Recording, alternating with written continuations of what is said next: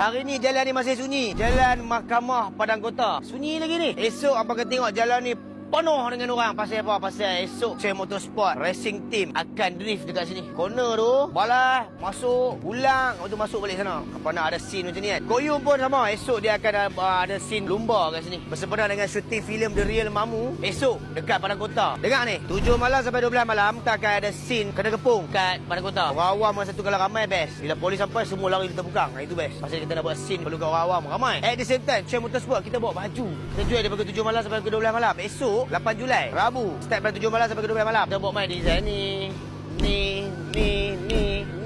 Saya nak buat promotion 2 helai RM99 sahaja. Itu pun saiz tak menentu dah. Lepas pada ke 12 malam, kita akan drift jalan ni. Apa nak tengok drift yang real, yang payah nak tengok depan mata kan. Di style pun dapat tengok ni, jalan pada kota ni. So, jumpa apa esok ah. Siapa yang hadir, penuhkan ruangan komen dan jangan lupa dapatkan baju daripada Cek Motorsport. Dia buat promotion 2 helai RM99. Jumpa apa esok. Assalamualaikum.